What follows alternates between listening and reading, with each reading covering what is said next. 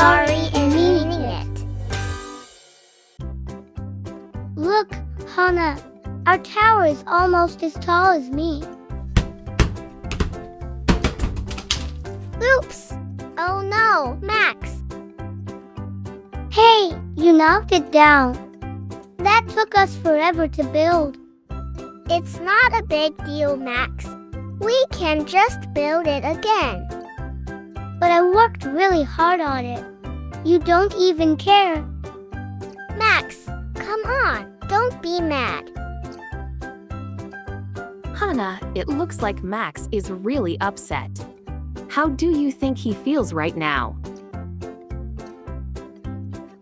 He's sad because I knocked over the tower, but it was an accident.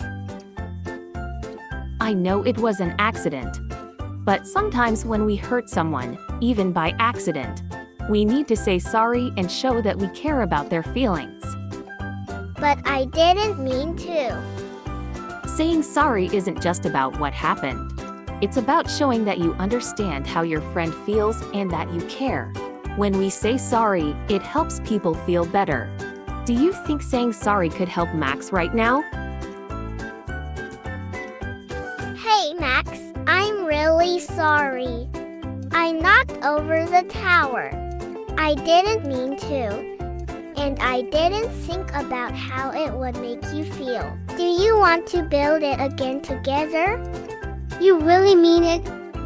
Yeah, I'm really sorry. Let's build it even bigger this time. Okay, let's do it. But this time, be careful. I will. I promise. Saying sorry when we hurt someone, even by accident, helps our friends know we care. And when we mean it, we can make things better, just like Hanah did.